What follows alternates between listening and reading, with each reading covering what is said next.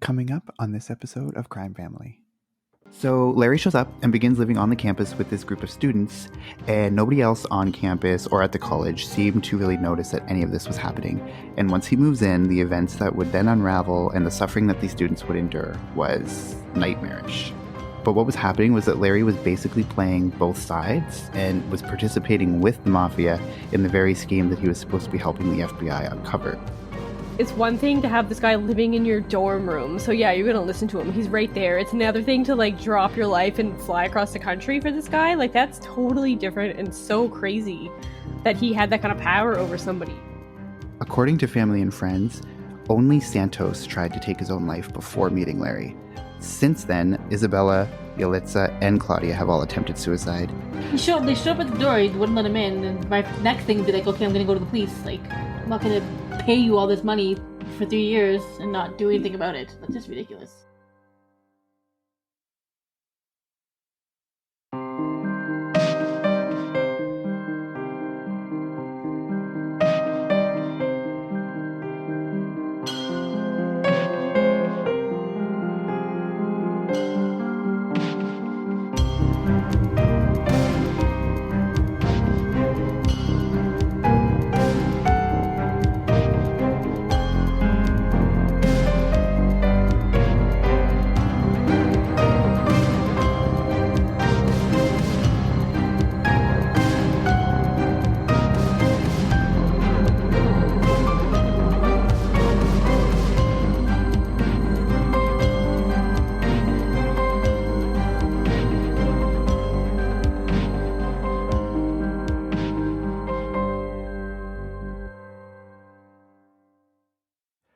Hi, everyone. Welcome to this week's episode of Crime Family. So for those of you tuning in for the first time, or if you're not super familiar with the show, I am your co-host, AJ, and I'm here with Stephanie and Katie.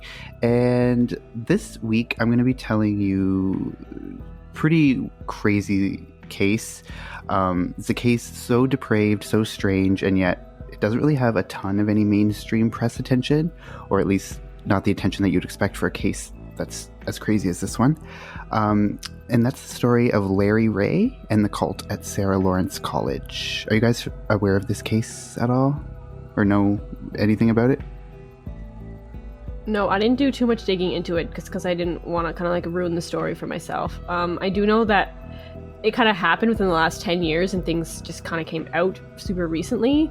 So it always makes it, I don't know, maybe a little bit more interesting when it's recent, because when you think of cults you think of like decades ago, but this is a recent one, so yeah, interested to find out more. I didn't really look into this case because I kind of wanted to hear it for the first time, but like Katie said, I did, like, I know it is a recent case, and I don't know a whole lot on it, so I'm interested to learn about it. Yeah, so I actually stumbled upon this case randomly online, like back in the spring. I was actually looking at possible cases to cover for the show and stuff, and I actually just saw like a book that was listed on Amazon called Slonim Woods 9, and I read the synopsis of the book and it completely hooked me in. And then when I dug a little bit deeper into the details about the case that was featured in the book, it was like so crazy and unbelievable to me and I couldn't believe that it wasn't like a huge news story that like everyone would know about. Like typically a case this bizarre would be all over the media, but not this one. So while it wasn't major headlining news, it did get a little bit of attention for the first time back in 2019 when New York Magazine published an online story called The Stolen Kids of Sarah Lawrence by Ezra Marcus and James D. Walsh. So this article is where a majority of the information about this case comes from. Like, there are a few podcasts out there and some other news articles as well, but the bulk of the information I'll be providing in this retelling of the story is from this article, as well as a book that's recently come out, like that same book I saw on Amazon. It's called Slonim Woods 9 by Daniel Barbin Levin, and he was actually involved in the cult. So the book is his story, his perspective on it. So those are the two main sources that I'm going to be drawing information from, as among like a few others. So with that being said, let's get into it. So Sarah Lawrence College is a private liberal arts college in Yonkers, New York. And back in the fall of 2010, which is when this kind of all starts, there was a student named Talia Ray, and she was just beginning her sophomore year at the school, and she lived on campus at Slonim Woods number 9. And New York Magazine article describes it as a, quote, drab 2-story brick dorm in the middle of campus, end quote. Talia was living in this building with a few of her other college friends. I believe it was an 8-bedroom dorm like house or something. I don't know the exact amount, but she was living there with her other college friends, and a few of them were Daniel, Claudia, Santos, and Isabella, and they're like the 4 major people that are involved in the story. So throughout their like first year and the summer leading up to this, when the group met Talia, she had really impressed the group with stories about her father frequently. And, you know, she was just telling them so much about him. And I feel like I kind of got the vibe that her group of friends almost felt like they came to know a lot about her father just based on the stories that she would tell about him. So they never met him, but they kind of felt like they did through her stories, I guess. That's kind of the vibe I got anyway. So just a little backstory about Talia. So she had a difficult upbringing. Her parents had divorced in 2004 when she was 15. And around that time, her mother, Teresa, called the police to say that her husband, Larry, which was Talia's father, had hit her. But when the police arrived at the scene, it was Larry and Talia who accused Teresa of actually being the one committing the abuse, or the child abuse. So Teresa received numerous complaints against her in this regard, and Talia also accused other family members of similar abuse. So at that time, Larry was granted temporary custody of Talia due to these allegations. And then Larry proceeded to set up websites and blog pages that were dedicated to trashing Teresa and her family regarding the child abuse claims. So on these websites, he posted letters that had allegedly been written by Talia to her mother, saying things like, quote, "You were the single most dangerous thing to me in my entire life," end quote. So ultimately, the abuse claims against Teresa were determined to be unfounded by law enforcement, and nothing ever really came of these allegations. But after an investigation into these claims, it was determined that Larry had manipulated Talia into making these abuse allegations, and during a psychological evaluation of Larry during this process, he was considered impossible to evaluate because of his incredible ability to control and manipulate any situation he was put into. He was deemed, quote, calculating, manipulative, and hostile, according to the forensic examiner. So sometime after all of this, Larry was brought up on charges that were related to the child custody dispute, and he ended up going to prison. And this left Talia with no choice but to end up living in youth shelters. Like, she didn't really have much of a relationship with her mother, obviously, due to all of that stuff that happened with these allegations. And now her, like, adoring father was now behind bars, so she didn't really have anywhere to turn to.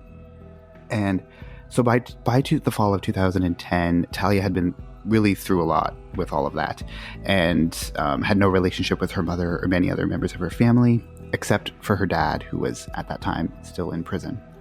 So I'm not really sure, like, obviously, like, Sarah Lawrence is a private liberal arts school, so obviously she has money. So she was living in youth shelters, but it wasn't really out of like that she didn't have money to find housing. It was more just like not to be with her mother. But I don't really know exactly who like paid for her school. I'm assuming probably her father, since he did have quite a bit of money. So I think that's how she kind of ended up at the school. Because you think, she's living in youth shelters, she might not have the means, but I think she was fairly well off if she's at this school. So in the fall of 2010, Talia told her college roommates that she was living with the amazing news. She said that her dad was being released from prison, and that he was going to come and stay with them for a while because he had nowhere else to go. And I guess, like, the impression I got was, like, the group wasn't really fazed by this. Like, now from the outside looking in, it seems highly strange that your roommate's father would come out of jail and then crash in his daughter's dorm room with all her college friends. But I suspect that because Talia had told the group so many fascinating stories about her dad and how accomplished he was, like, they were kind of either looking forward to having him there, or they were just kind of easygoing and went along with it to appease Talia. Because it also describes that Talia was kind of like the leader of their group. Like, she was the one who organized the housing and like got them this place that they were all staying in, and she was just kind of that sort of outspoken like leader kind of person. So I think they just kind of like followed her lead, like typically in a lot of things, and I guess they just followed with this. I would be super sketched out if like my roommate was like, you know, my father's being released from prison, it's gonna come stay with us, like in a college dorm. Well, I think too, maybe though, because he was in jail, because it wasn't something violent. It was because of the custody battle. So it wasn't like he hurt anybody or he went out and like robbed a store. It was like he was fighting for his daughter. So it was kind of like, well, he's not a bad guy. Yeah.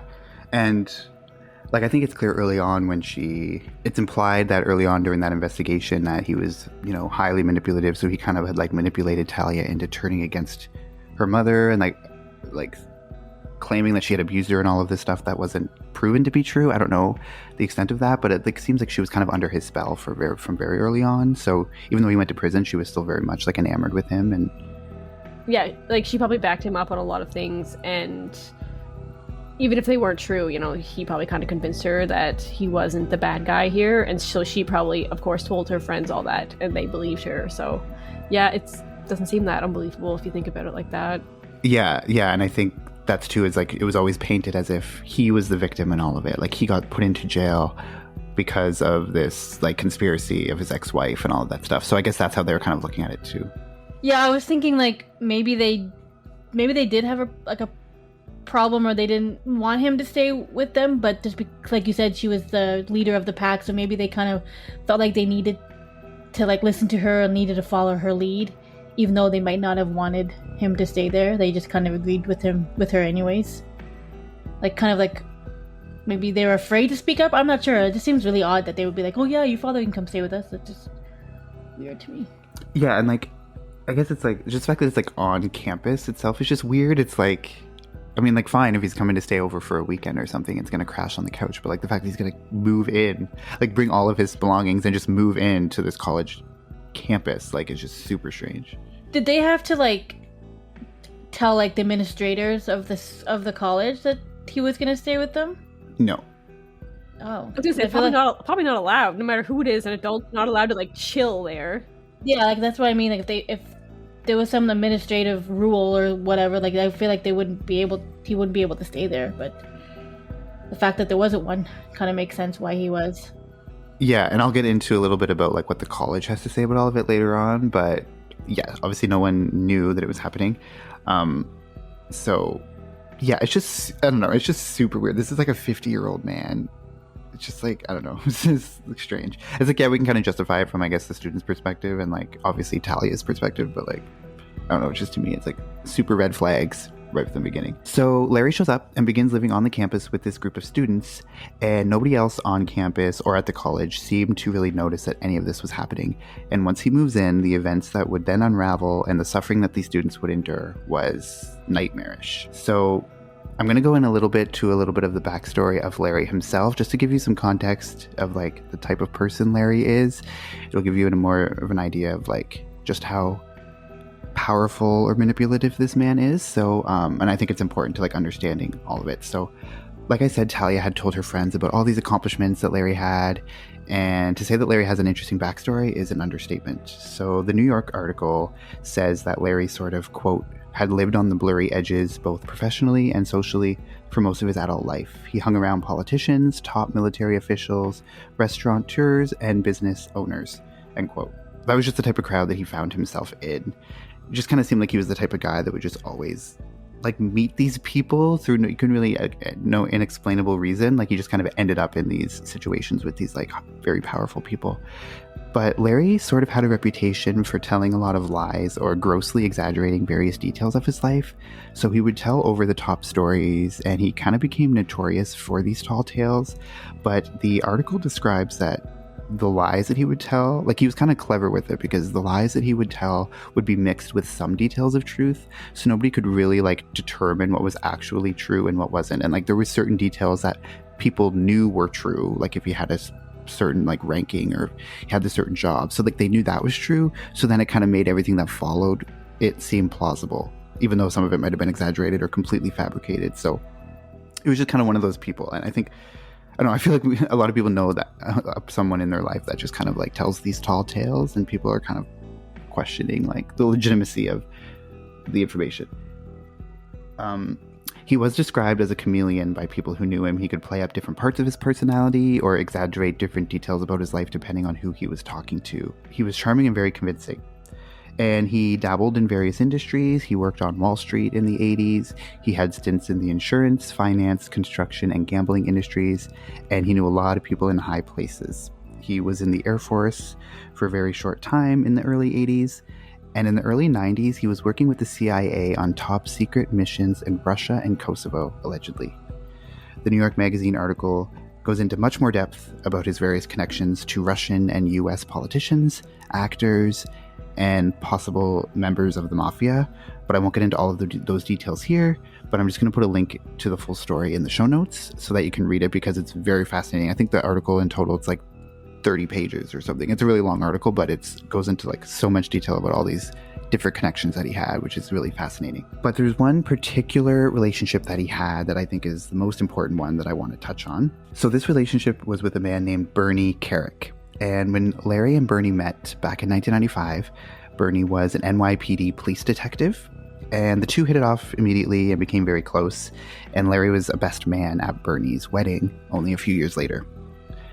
So at one point in time, Larry used his various military and political connections to help Bernie's career advancement. So there was one time Larry was able to arrange a meeting between some Russian politician and New York Mayor Rudy Giuliani as a favor to Bernie. And so then Giuliani promoted Bernie to commissioner of the Department of Corrections for NYPD. So like Bernie, being in the NYPD, worked closely with the mayor, and he probably said like, Larry, you know this Russian politician, can you get him in to meet with the mayor as a favor to me? And then Larry would do it, and then that kind of helped Bernie gain favor like with Rudy Giuliani and all these other politicians. So he kind of worked his way up that way. And then a little bit later on, Larry got involved in this whole mess. He was acting as an FBI informant. He claimed that he had some very important mafia connections and that he could help the FBI and he could bring some information to light that would help them with like an investigation into this undercover operation that was happening. So, but what was happening was that Larry was basically playing both sides and was participating with the mafia in the very scheme that he was supposed to be helping the FBI uncover. So he used his participation in the FBI's sting operation to cover up his own involvement in the scheme. And then when all of that went awry and he got discovered for that, he was brought up on charges that related to this. And at this time, once he got into this whole mess, his good friend Bernie Carrick refused to help him. And now at this time, Bernie was now the police commissioner of the NYPD, which is one of the most powerful positions in the entire NYPD. So he's very high up. And this was all happening in the early 2000s. And Bernie was known on the national stage at this point because he was the top police commissioner in the aftermath of 9/11. So he was making a lot of like television appearances. Obviously, after 9/11, he's like the New York police commissioner. So he's doing interviews about like, you know, the effect of the attacks on the city and stuff like that. So a lot of people like know who he is. So, and I would assume, it doesn't really say this, but I'm assuming like he didn't want to help Larry in this position that he was in because, you know, he was in such a good spot professionally and politically, and helping Larry, who was now like a disgraced and crooked FBI informant, like would likely be professional suicide for him. So, you know, he kind of like, I feel like Larry probably thought that, oh, now he's too good for me. I helped him get to where he is. And now I need him. He's like wanted Bernie to like, you know, help him in these charges. I put in a good word for him with like the district attorney and all of that stuff to try to get him out of these charges that he was facing. But then Bernie would refuse to do it. So this was a huge betrayal for Larry and caused their friendship to pretty much end. But Larry wasn't done with Bernie. And this is in the article, they know this is kind of where Larry sort of took a bit of a turn.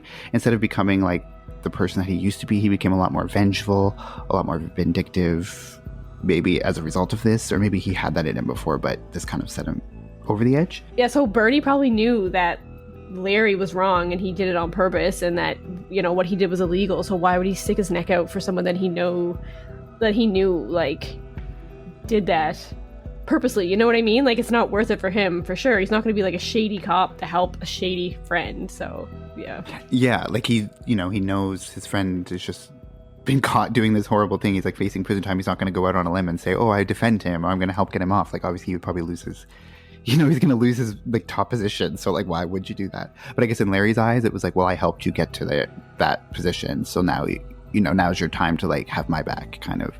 I mean, that's like my own like thinking. I don't know if that's for sure what he thought, but I'm assuming he thought like, oh, I have a friend and like in the NYPD who can help me.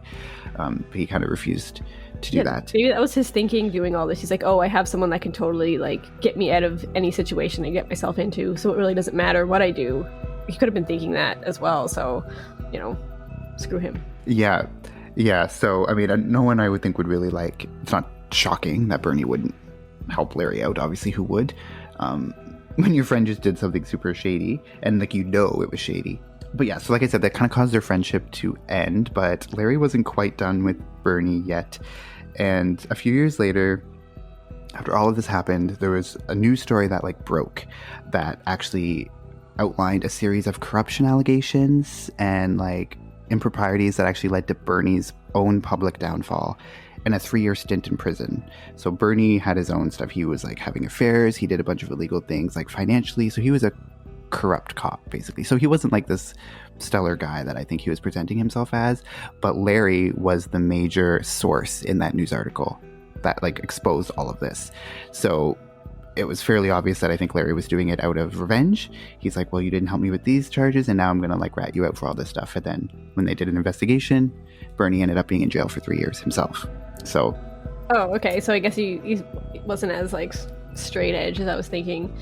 But also, having an affair isn't illegal either. I hate when everyone's like, "Oh, he had an affair," and like they drag that in. That's not illegal. Like, I think he was kind of put up on a pedestal after 9/11. Like, he was kind of seen like he's the police commissioner. He's like helping the people, like, in the healing after 9/11. So like he was kind of like seen in a positive light. So I think like the fact that he's having an affair and he's doing all of this stuff like just shows that he wasn't like didn't live up to the image that I think was projected of him.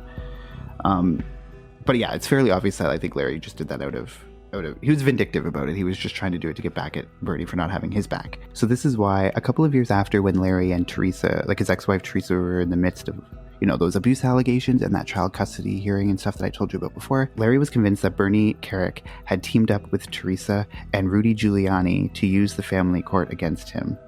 So he says that Bernie was out for revenge due to Larry's role in his public downfall and all of that stuff. But then other times he mixed that with other allegations, and he says that it was actually Bernie who was in cahoots with President George W. Bush, Vice President Dick Cheney, and Rudy Giuliani, who were trying to silence him because of apparent knowledge that he had about the 9/11 attacks that they didn't want to get out. So that's what he says. There's this whole thing. So everything that comes up in this article all links back to Bernie. He thinks it's a huge conspiracy. Bernie's like out to get him after, Larry did that thing to him. Or everything always comes back to this big conspiracy that they're out to get me. I know stuff about 9/11 that they're trying to keep secret. So crazy. So now have a little bit of an idea of who Larry is and a little bit of what his past is. And like I said, the article goes into much more detail about all of that. So if you're intrigued and you want to know even more, because I just kind of scratched the surface with all of that. There's like Russian politicians and like people overseas and this mafia people. Like it's really crazy. So obviously I didn't have time to get into all of that here, but I just wanted to kind of give you a little bit of background on the kind of person that Larry is. So was he actually involved with all these groups and people, or was it just kind of him being like, this is how important I am and that kind of thing? Like, I don't know. Like, obviously he did. Like, it was true. Like, in the article, it actually says that he even had connections. Like, he set up a meeting between some politician and actor Robert De Niro, and he was able to like get them. It was like weird. So he does know these people somehow.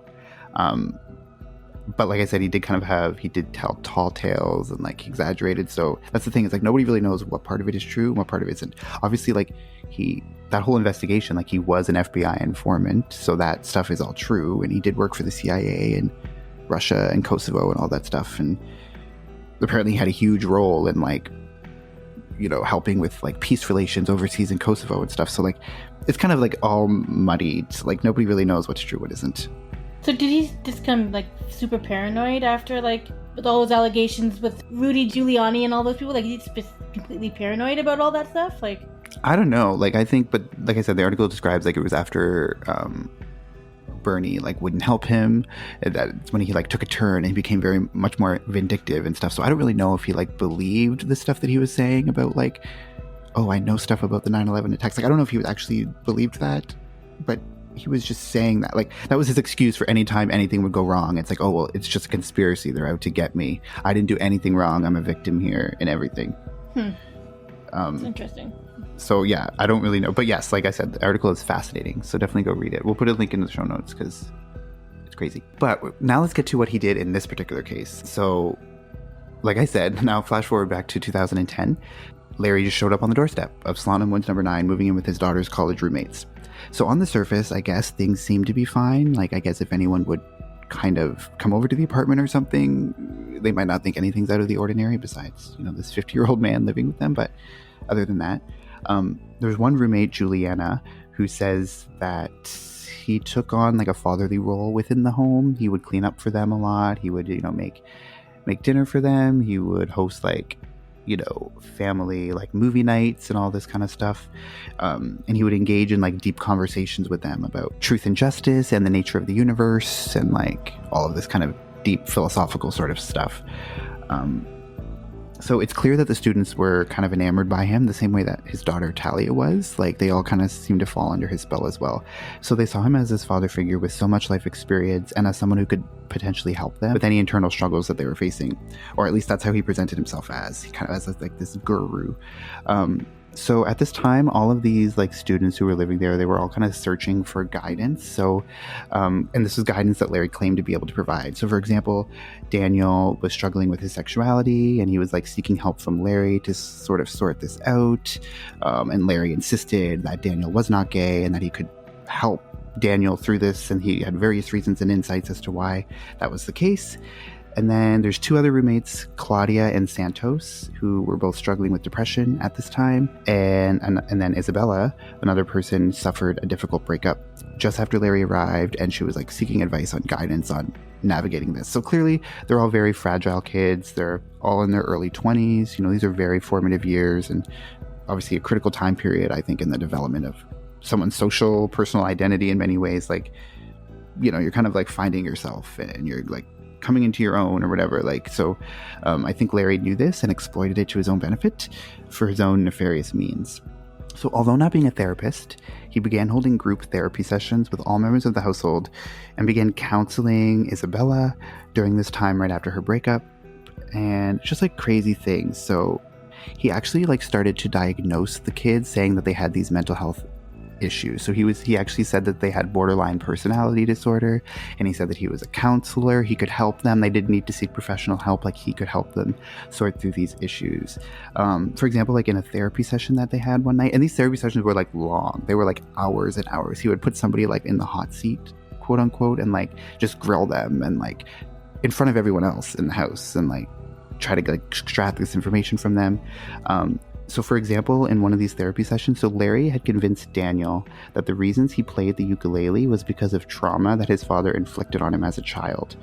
And then he like forced Daniel to like step on the ukulele and like smash it to like be cathartic and release all of these like underlying feelings that he had that were like built up due to this trauma that his father had inflicted. So just like crazy stuff that he's not a professional. Like, he doesn't know how to like deal with any of this. He's just telling these kids all of these things. And so like Larry would force these totally false confessions from these kids, like extracting revelations and secrets out of them, so he could use it against them later. And many of the students actually claimed that most of these revelations were totally fabricated. They were just made up in the moment to please Larry, because everyone kind of knew that you never wanted to make Larry mad. He was very vindictive, and he would like embarrass you and humiliate you if you ever like did anything to make him mad. So like, just to kind of like satisfy him, they would just tell him what he wanted to hear. So like, also in the book that I read, Daniel says like he made up this story about like when he was a child, he saw like a bird that was like struggling to live like in his yard. He picked it up and then crushed it with his bare hands. But then that was like all made up story. But I guess it was just Larry got that out of him. I don't know. It's super weird. I don't really know like how that happens, but that's what was happening. They knew from very early on that Larry was just this guy that they couldn't really trust, but yet they didn't really want to disappoint him, so they just made up these stories just to like appease him, I guess. Well, I don't know. I don't think it's that they didn't trust him. I think they all trusted him. Like, they didn't really know all of that stuff about his past. Like, they were only hearing what Talia had sort of said and what he would tell them. So, like, Talia's telling all these great stories. Like, oh, he's an FBI informant. He worked for the CIA. Like, he knows all these high, like, professional people. And he went to jail. It was all a conspiracy. Like, there's people out to get him. So, to them, they don't know that he's... Like, they're obviously very impressionable. And he kind of helped them and gave them guidance at a time when maybe they didn't have it from anywhere else, so they just bought into it. It's just so crazy to me. Like, I feel like maybe yes, they had like problems and they need somebody to talk to, but I feel like he kind of took it to like the extreme and like super quickly. I don't know, I can't really wrap my head around it, like the whole thing. Like, it's crazy to me. And maybe if you read the article, like, because it's so long, it's like 30 pages, like it might be more of like a natural progression, but I'm just trying to give you like the basic facts, so it might seem like a little bit like one extreme to the other, or like crazy that, but obviously he's a very manipulative guy. Like, he was able to like forge these relationships with all these powerful people, even though he didn't really have any like discernible, like I said, he worked in Wall Street in the 80s. He didn't have a degree or any training in Wall Street. He ended up working on Wall Street. Like, that, how does that happen? Like, you have to be a certain type of like manipulative person, or like know the right, I don't know. He just seems to be able to get into these situations and just like thrive, even though he has no qualifications for anything. Sound like the Wolf of Wall Street, basically. Yeah, well, and I think he was just used to kind of getting what he wanted, and he knew he was manipulative. He knew what he wanted, he knew how to get it, and he knew that people would follow him. That's a pretty good skill to have, to manipulate powerful people like that. It's crazy. It reminds me, if you say Wolf of Wall Street, it also reminds me of Catch Me If You Can, like that movie. And that's true too. And this guy was able to like get himself into all these situations. Like, I kind of forget, but like, yeah, I don't know. Just, it's crazy that people can have that kind of personality and super smart to be able to get themselves into these kinds of things. Yeah, and actually it's funny that you mentioned Catch Me If You Can, because again, in the article, they go into more detail. Like, he was a fugitive at one point. Like, he was on the run. There was a warrant out for his arrest for all this stuff. So he was like a fugitive at one point as well. So like, he was that guy, Wolf of Wall Street, like, or Catch Me If You Can. Like, he's the epitome of that. Like, but a lot of times, like, that's what I've always struggled with, like, studying this case and stuff. Like, I don't know if... I'm like, is he aware of just how I mean, he must be, obviously. But I'm like, or is he just like being himself, and it just so happens that he knows how to do that? You know what I mean? Like, is it a conscious thing? That's what I was always kind of thinking.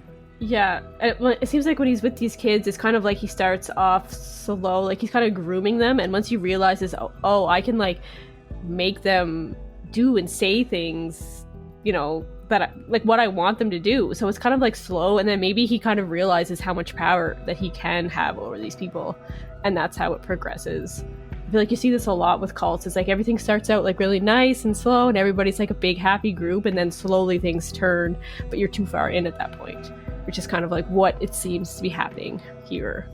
Yeah, and in the book, actually, Daniel describes like the first sit-down meeting that he had with Larry. Like, shortly after he meets him, like, they go to this coffee shop, and he says it's like a 6-hour or something long conversation where they're just sitting in this coffee shop talking, and he's telling Larry about all these problems and all this stuff that's going on in his life. And it seems like over the course of that 6 hours was when he really hooked him in, and from there it was like, you know, like there was no getting out at that point. And like it could have, obviously it was like more long term than that, but like in the book, when he's describing that meeting, like it seems very much like that's kind of when the turn or the switch happened for Daniel, at least. And yeah. It kind of seems like in this situation, and also I'm thinking of other cults like Nexium, they kind of like plant these things in your mind, like something's not actually wrong, but like the way you're doing something or the way you're saying things, that's the problem. And so it's like you kind of start to doubt yourself, and it's all because of what this person is planting, when really there isn't a problem, but they make you believe there is, and this is the only person that can help you fix it. Yeah, and there's like and there's also a lot of talk, they like quotes, like they say Larry can help them achieve clarity. Like, I feel like that's a red flag phrase. If any like self-help group says we can help you achieve clarity, cult. Like, the Nexium does that a lot too. Like, they're gonna help them sort out their issues and be a better version of themselves or something. So that was very much like a part of this as well, because that term came up a lot. did Talia like just randomly find these group of friends, like, or were they like kind of friends with her? Did she make these friends, or did they make friends with her at the beginning? Because I'm wondering if she like kind of set out to be like, oh, I'm looking, like, in her mind, I'm looking for these certain people that her father could like, that they could bring into like this cult. Yeah, I don't know. Like, obviously, because this was in their sophomore year, so they were going into their second year. So in their first year, that is when they met her, and I don't really know like what Talia's intentions were. Like, I don't know if she purposely scouted these people. I actually never really thought of that. So that's a good like question, but I don't really know like what Talia's true intentions were. So yeah, like, it was totally messed up, and all of these kids were, like I said, very vulnerable and obviously very susceptible to whatever Larry was selling. And yeah, so eventually, as things progress, Larry would end up sleeping in Isabella's room and claim that he was only sleeping on the floor and he was just in there to support and to help her because she was going through that really tough breakup and everything like that. And something wild that happened. So this is like the first red flag for any of like their parents, I would assume. So something wild that happened was that the day before, so he was there for like the full semester, and then the day before Isabella was scheduled to return home for winter break, Larry calls up her family with major allegations. He says that Isabella had been sexually assaulted by a family friend as a child, and for that reason he did not deem it safe for her to return home because it was a risk that she would commit suicide. So as a result, Isabella ended up staying with Larry for the winter break, but not on campus. She didn't live in campus or on campus housing at that time. They went to an apartment on 93rd Street in Manhattan, which was owned by a friend of Larry's. So like, imagine her parents, like, they get a call from this random guy, like, they don't know who this person is, and he's saying, oh yeah, like, she was molested as a child, she's not coming home because she's going to kill herself if she comes home, so you're not going to allow her to come home. Like, what? Like, how did they not call the police right then and there? Yeah, I was gonna say, what did they do about that? Were they just like, okay, then, all right? Yeah, I don't know. And like, the article doesn't go into a ton of detail about like what the parents' next move was. I would assume they like didn't just say, oh, okay. Like, I'm assuming they like tried to do something, but it doesn't really go into much detail about that, or at least not in that article or something. So, but I'm assuming they were trying things behind the scenes, but nothing that really came of it initially. Like, my first thing would be like, if my daughter said she wasn't coming home, some random man called me and say that she wasn't coming home, I'll be like, first of all, who are you? Second of all, I'm going to be calling the cops because, like, I don't know who this person is who says my daughter's not going to... And they didn't do anything about it. That just seemed weird to me. Well, I mean, like I said, they probably were behind the scenes, but like nothing ever happened. Like, no charges were ever pressed against him at this time, or he wasn't removed from campus or something. I don't know. But obviously that would have been very bizarre. Yeah, and also as the parents, I would have been like, okay, well, maybe she's not coming home, but she's not living with you. Like, I'm gonna find her somewhere else to live. Like, you're not in the picture. Yeah, like, who are you? Yeah, like, so bizarre.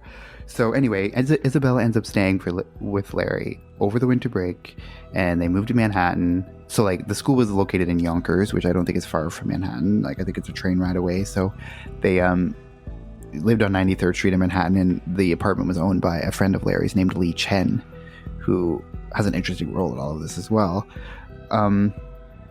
And at the time, so Talia had a boyfriend at the time, and he was kind of like in the apartment a lot, kind of in and out of there. But he claims that every single aspect of the students' lives was controlled by this man in that apartment. So what they ate, where they went, what they did, who they talked to, etc., etc. Like, they couldn't do anything without running it by Larry first. And then after the winter break, they all went back to Slonim Woods number 9, and they lived in that same apartment again. And things went back to the way they were before. They had another semester with these random group counseling sessions, bizarre behavior, etc., etc. So in the book, he describes Larry helping him at this time in his life and basically encouraging. So what's interesting about the book, so like, when I read the book, I was like, oh, I need like more information about this case. But the book is written from his perspective.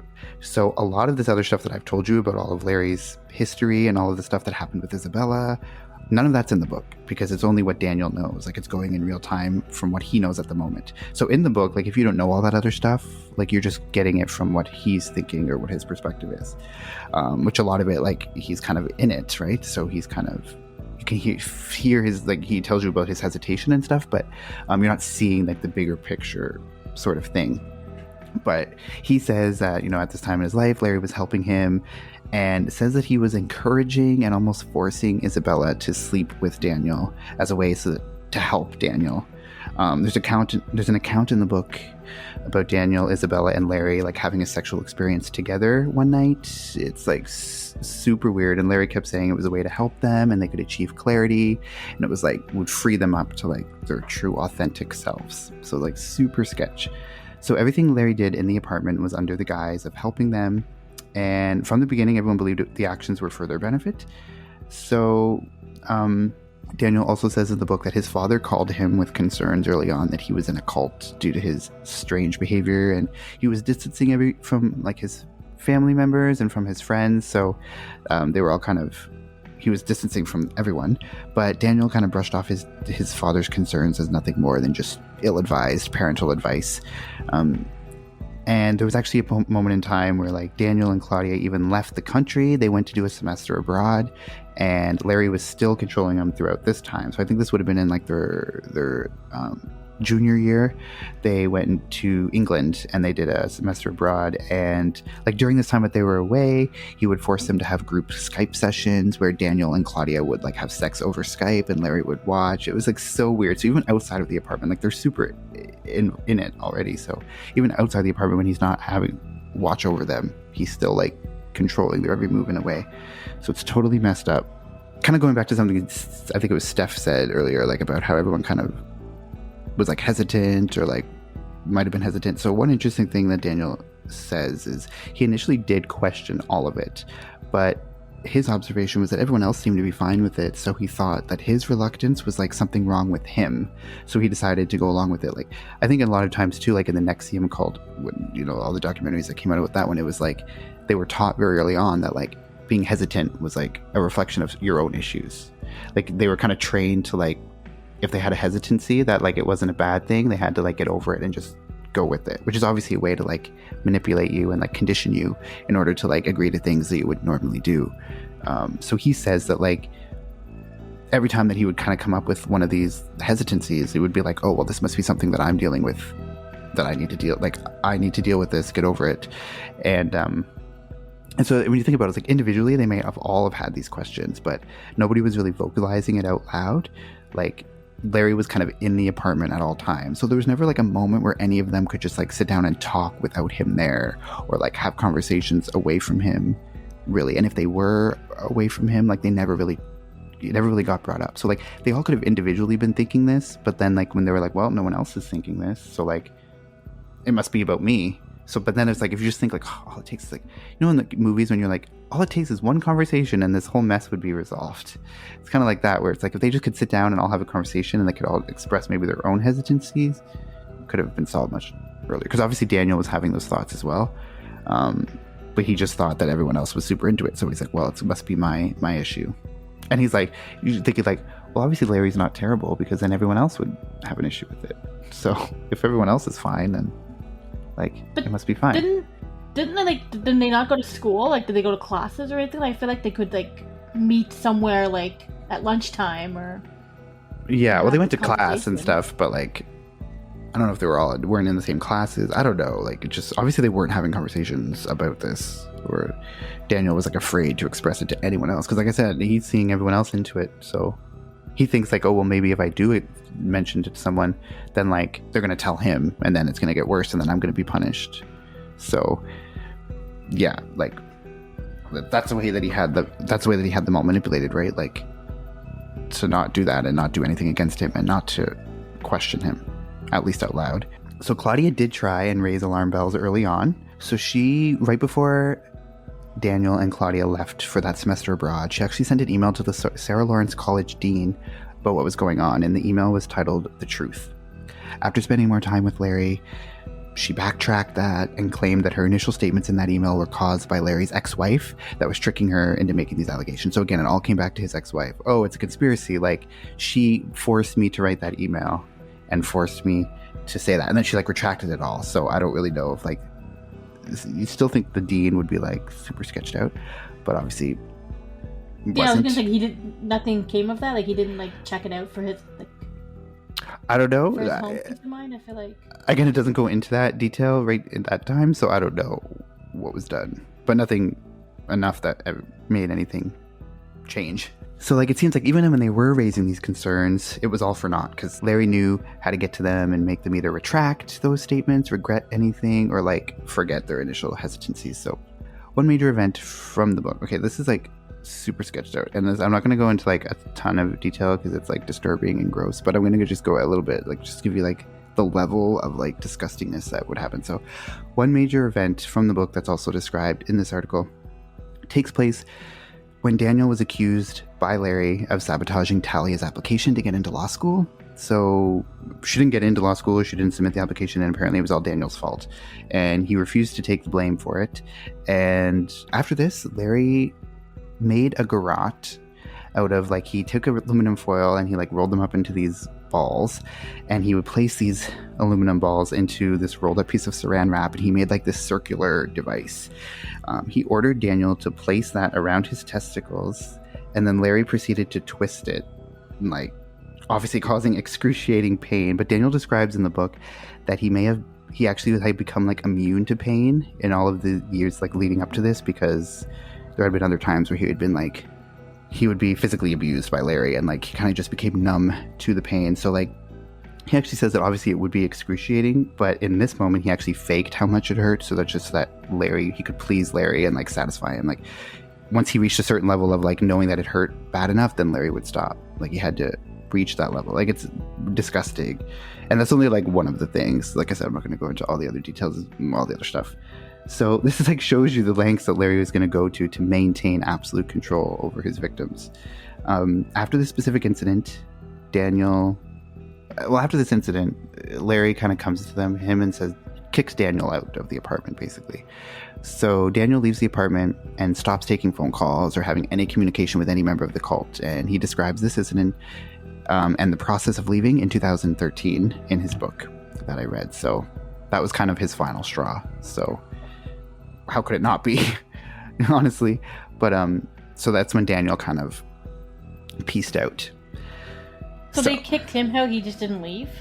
Why did he? Well, it's shortly after that incident, he kicks all the students out at one point. Larry, like, comes to them and he says, like, you can't live with us anymore, you're not appreciative, you're not accepting my help, blah, blah, blah. And he kind of, like, gets frustrated and kicks them all out. And then Daniel left, and then, like, he went back to living on campus, because this was happening they had moved off. By this time, they were living in New York City, like, in one of his apartments that he owned in New York City. So this wasn't on campus anymore, this part. But Daniel, anyway, just moved out. Ended up going back to campus, living on his own on campus, and just kind of ignored. Then Larry would call and try to, like, reach him. He would, like, stop answering his calls and his emails, and then eventually just got out.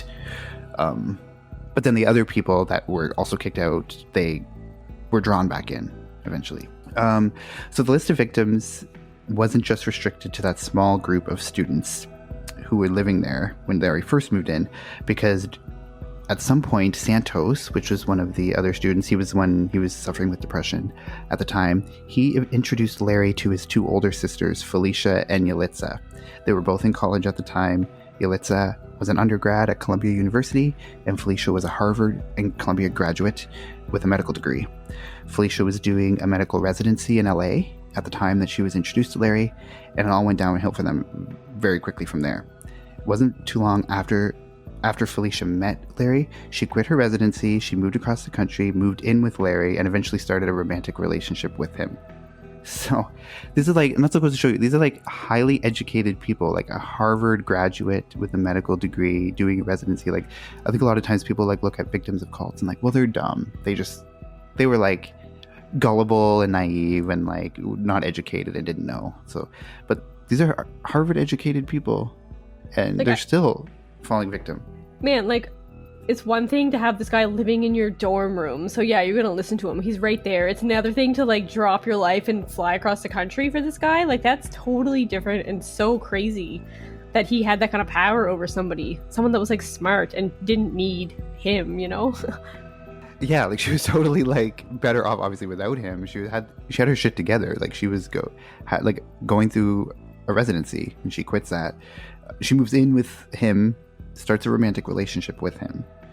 And then other various acts of abuse, like Larry would put Santos into chokeholds until he would pass out on numerous occasions. The list goes on and on and on and on and on. So that's why I'm not going to go into all of it, but yes, it goes on and on. I'm always so curious, like, what these people say to the people that they get to do these kind of things. Like, I just want to hear their speech. I want to hear, like, what they do to recruit people, just to, like, get into the mind of the people that fall for it. Because I just can't imagine what somebody would say to me, and I'd be like, yeah, okay, I'm coming across country for that. Like, what?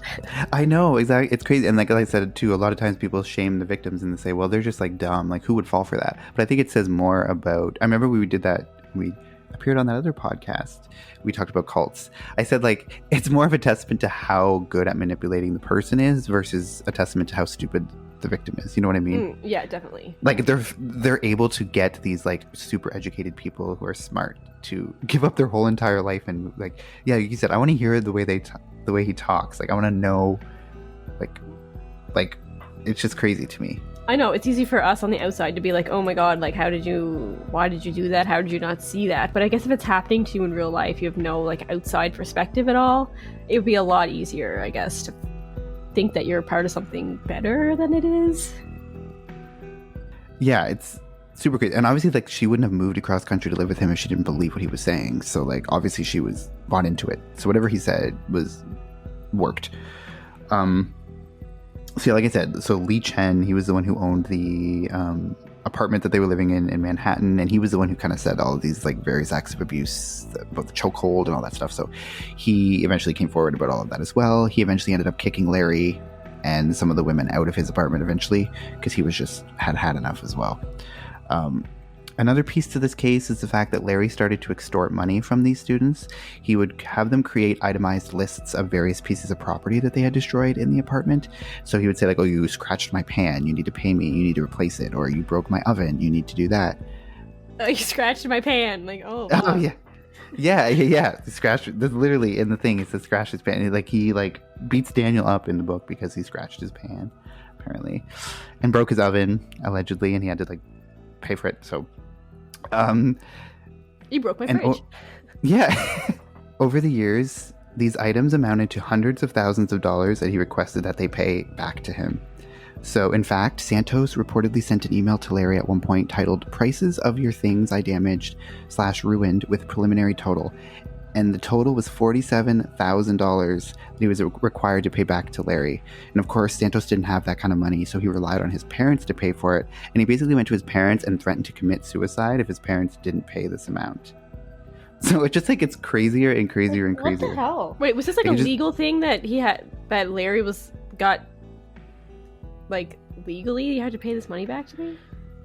No, it was just like he made them come up with a list, and I guess it was, in his eyes, it was legal. Like, he made them write the email. So Santos wrote an email to Larry with a list of all the stuff that he allegedly broke, with a total breaking down how much it was, and it ended up being $47,000.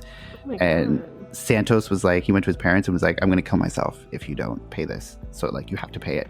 So his parents were obviously super alarmed, and his parents showed up at the apartment and demanded to be, like, shown this alleged damage that was caused. And they were just trying to get... Show me that scratch pan. Yeah. Like, it's, yeah. And, like, obviously they're, like, super sketched out. They're like, what's going on? So they go, and Larry refuses to let them into the home, won't let them go any further, and, like, it's wild. So when all this is said and done, Santos's parents ended up paying over $200,000 to Larry over 3 years. And in total, between all of his victims, he reportedly made over $1 million from all of these people for this. So he's, like, making money off this as well. Like, he's making bank. Why didn't they go to the police? I don't understand why they didn't go to the police.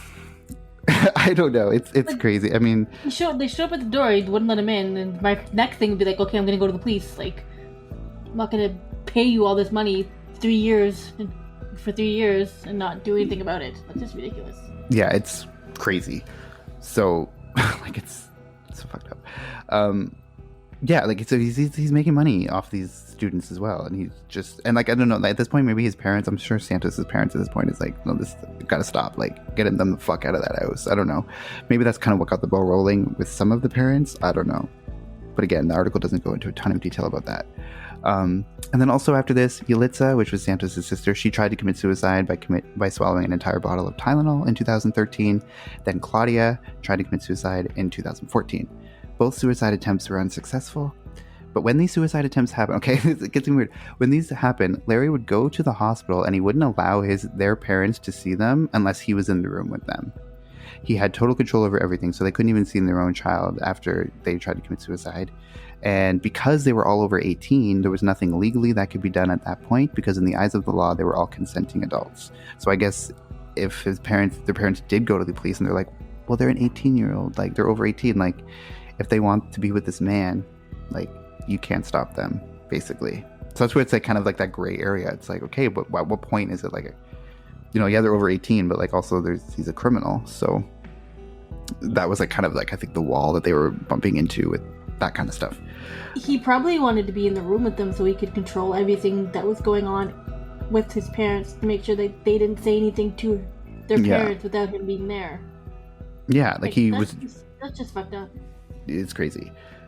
And in a direct quote from this New York article, so quote, according to family and friends, only Santos tried to take his own life before meeting Larry. Since then, Isabella, Yelitsa, and Claudia have all attempted suicide. Larry later estimated that their cumulative number of attempts at more than 12. So in the years that followed all of this, Daniel, Isabella, and Talia, they all graduated in 2013. Claudia graduated a semester late, and Santos ended up dropping out, never graduating. Claudia reportedly owed so much money to Larry that she had no choice but to go into prostitution to pay the money back. So on the streets, her alias was a combination of Larry's daughters' names. Larry created websites which advertised Claudia's services for up to $8,000 a night. This was also that she could pay him back for all of this alleged damage that she caused. So, like I said, the list of his offenses and horrible treatment goes on and on and on and on. I've only scratched the surface, much like scratch the surface of that pan. No, I'm just kidding. But I only scratched the surface, so I definitely recommend you read the full article for all the details. But if you're wondering, Sarah Lawrence College did have a statement after that article came out, and they basically said that there was never any evidence that Larry Ray ever lived on campus. They couldn't really do anything. It's not like he signed a lease or asked anybody. And that's because they didn't have a proper no visitor rule or no squatting rules. Yeah. Well, they probably did, but not someone's going around and checking, right? Yeah, clearly not. You think a private college, though, you would have those type of securities in place. No, well, when I lived on campus, nobody came around. Is anybody living here? It's not supposed to? That never happened. It never happens. You would just assume that it's not happening. No, but that's not a private. No, but obviously they didn't. No, yeah, I guess. Clearly, this went on for years, so it didn't happen. Yeah, and Claudia's parents say that they did meet with the dean of the school, Alan Green, when they first heard that Larry was living with the students, and he basically said there's nothing they can do because we cannot prevent a father from visiting his daughter. So that was kind of his response. After this full-length article was published, authorities finally started to pay attention to the horrific situation that was going on. By this time, it's 2019, and this has been going on for 9 years. So Larry was eventually indicted on federal charges in February 2020 and was arrested in one of his homes. So he actually owned a bunch of homes. I think he was in his North Carolina home at the time of the arrest. He was arrested in one of his homes where he was living with 2 women, believed to be Isabella and Felicia. He is being charged with sex trafficking, extortion, and forced labor conspiracy. And that was in February 2020, so it's only, a year and a half now, almost 2 years ago. And since then, in a new development, Isabella Pollock, she was once considered one of Larry's victims, so she's actually been charged as a co-conspirator for her role in all of this. So allegedly, she was actually way more involved as the years went on than everyone was originally led to believe. The New York Times reports that she may have been involved in Claudia being forced into prostitution. So Isabella is the only one other than Larry who has been charged with any of this. So was she getting money too? Did they probably had proof that she was earning money from? Yeah, she was kind of in on it with getting money from these students for these items that they broke. She was getting some of that money as well. She was kind of in on it, and she was the one who was getting a lot of the money from Claudia being in prostitution. So she was getting. Talia was never arrested? Yeah, see, I don't know. All it says, Talia graduated in 2013, but then that's kind of the end of what it says about Talia. So I don't know what if she got out. She has no contact because she seems like to be obviously she was the one who has been in it since she was a child. Like she was under his spell, so you'd think she would be the one. And it doesn't name in the article. He says that he was living with 2 women at the time he was arrested. I believe it's kind of speculated that it's Isabella and Felicia are those 2 because they're 2 of his most loyal supporters at the time. I feel like by that time most of everyone else had gone out or weren't as in they weren't living with him. But now behind bars awaiting trial, for which he could spend the rest of his life in prison if he's found guilty, Larry still has control over some of his victims. So while he's in jail, he's allegedly using his own father to communicate with some of his victims to try and scare them out of testifying as witnesses in the trial. Some reports say that this could be considered witness tampering. And at the time of Larry's arraignment on the original charges, Isabella and Felicia were in attendance at the court to support him. So obviously they were clearly sticking by his side. But now that was right after he was arrested. That was in 2020. And that was obviously before Isabella herself was charged in early 2021. So she was actually, the article came out March 1st, 2021, that Isabella was now charged. So they're the only 2 that have ever been charged with anything. But so he's still awaiting trial currently. And yeah. What do you guys think? Well, it's kind of like that NXIVM cult that's happened too. Like it's kind of like, well, it's kind of on the same lines, but not as, I mean, it's more gruesome than the NXIVM cult. But I feel like they're kind of similar because he has control over like what they do and where they go and how they like how they feel about themselves. Just like the NXIVM cult, where he had control over everything they did. It's just I find cults so fascinating to me. It's like, I know, it's crazy. And I think too, a lot of times, like obviously he probably was telling like all these students throughout that he knew all these people in the NYPD and like he was high up in the CIA. So like obviously they're going to be scared shitless to go against, and that maybe that's why the parents also didn't. And also too, like they might think like, oh, he knows people up in the NYPD. Like why am I going to go to the police? Like the police know him. He's friends with them. Can't go to the FBI. They're friends with him. Like that's what might be what they think because he's told them all these stories about like how he has all these connections. So it's like, how do you go to the authorities when he's friends with the authorities? Or at least claims to be. That's true. But I mean, like I said before, it's like not that old. Like this is pretty recent. So I don't know. I feel like it's easier to find out that kind of information. Maybe I guess if you're working with the FBI, that's not really out there on the internet, like secret agents and stuff like that. But I don't know. I'm not blaming anyone, but it's just, back in like the 70s, it's easier for someone to say shit and you not be able to back it up with anything. But now it's like you should be able to find that kind of information out. Maybe. I don't know. Yeah. So the fact, like, I wouldn't just buy that if someone's like, your daughter's in a cult with this man who claims to be in the FBI. It's like, okay, well, maybe check into that or like maybe follow up. I don't know. It just seems weird. And maybe the parents, I'm sure they were involved a little bit more in like trying to get them out, but obviously it took them a long time to obviously make any progress. It wasn't until that article came out in 2019 that outlined all of this stuff that anything really happened. And it's crazy though to think that like even when you look up this case, like you're not going to find a ton of information on it. Like you might find a few YouTube videos or obviously that major article and a couple of like New York Times articles, but like I feel like a case like this, like how is it not more like all over the news? Yeah, that's true. And I guess like the parents probably just didn't realize like the severity of it as it was happening, because I'm sure their kids weren't telling them what was happening, so it probably took them just a long time to clue in. And then by that time, it was like so out of their hands. All they could really do was pay, maybe. I don't know. Yeah, and it's crazy. And it's hard to, it's like how would the parents not know? It's like hard to like blame the parents because obviously like they're not choosing to have their children like go through this. But like obviously the only person to blame here is Larry himself.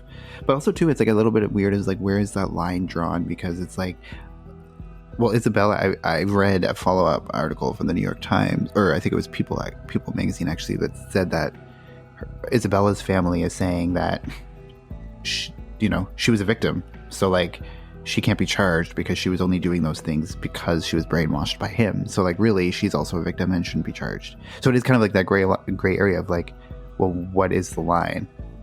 Like I don't know. It's the same thing with the NXIVM case too. Like when like Allison Mack was also charged with helping that Keith Raniere, like with all of that stuff. It's like, but she was also a victim of him. So it's like, how do you determine what actions were done as a victim and what actions were done by being involved? I don't know. It's crazy. Yeah, and I think like those lines are blurred because you can be a victim, but you're thinking what you're doing is helping and is good. So it's like you, even though you know what's happening, you think your mind's so warped that you think it's a good thing. Like with the branding, right? Like they went out to be like, yeah, like that just shows that you're a part of this special, and I feel like they actually believe that it was a good thing for them to be branding, you know, these women, even though obviously it's not. But that's just where it's like they're so brainwashed that they're doing these things. I don't know. It's like a blurred line. And also, I don't think yeah, that's true. It's like, it is really hard to determine what that line is. And I don't know how they're going to do that. Like, especially in Isabella's trial, like how they're going to determine like where that line, where she crossed over the line of being a victim to being a co-conspirator. But also, I forgot to mention both Larry and Isabella both pleaded not guilty to the charges. So that's currently where it stands. And it's still ongoing, so I'm sure there'll be updates that come up. But yeah, I definitely encourage you to read that article and get Daniel's book. We'll put a link to both of those, because if you are fascinated by this case as much as I am and how crazy it is, like, if you want more information, those are your two best sources. Cults are so interesting. Just like I can't wrap my head around just like the psychology of the people that are involved.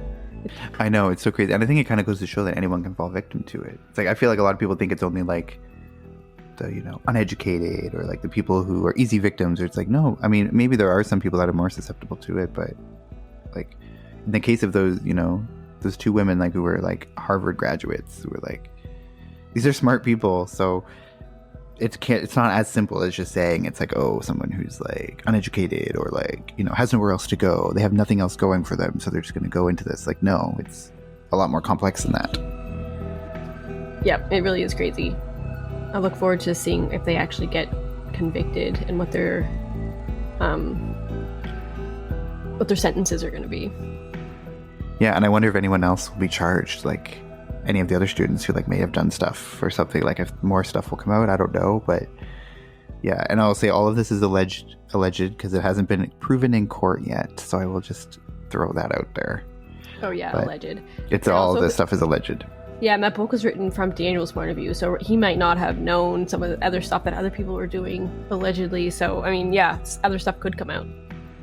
Yeah, that's why it's like, because obviously, like I said at the beginning, like when I read like the synopsis of the book, that's what drew me into the case. But actually, like, you learn more about what actually happened in the case from the article versus the book. Because like I said, the book is all from Daniel's perspective. So it's like his thoughts. And so all of that other stuff about like Isabella and like all the suicide attempts from other people, like only stuff that he knows is in the book or he experienced. So he didn't know a lot of that stuff. So it doesn't go into as much detail about like obviously the backstory of Larry or any of that, but it's still an interesting read. It's crazy how like there's not like I kind of read part of that article that you were talking about like a while back, but like I haven't heard any news on it at all. And I know, it's weird. For a cult that's so fucked up as this one, I feel like that was something the media would be all over. But a part of me wonders too, like when you think about, yeah, the media would be all over, you know, you think of like, you know, like we mentioned before, the Gabby Petito case, like that case is crazy, but it's all over the news. Like this one has so many layers, and it's so like, this has like true crime documentary written all over it. But I'm thinking like, maybe it's possible, like Larry has connections in the FBI, the NYPD, like maybe they're keeping it hush-hush. I don't know, like who knows? Maybe they don't want it to come out, and maybe they're trying, who knows what's going to come out. Maybe. That's just a theory. Obviously, I have nothing to back that up. But like, if he does have those powerful politicians who are like, he does know them, it's like, who knows what they're doing behind the scenes to like make sure this story doesn't make it big. I don't know. Again, alleged. We'll update you as we know more about what happens. So stay tuned for that. If there's any, we'll of course let you know. But as always, you can follow us on Instagram at Crime Family Podcast, on Twitter at Crime Family Pod 1.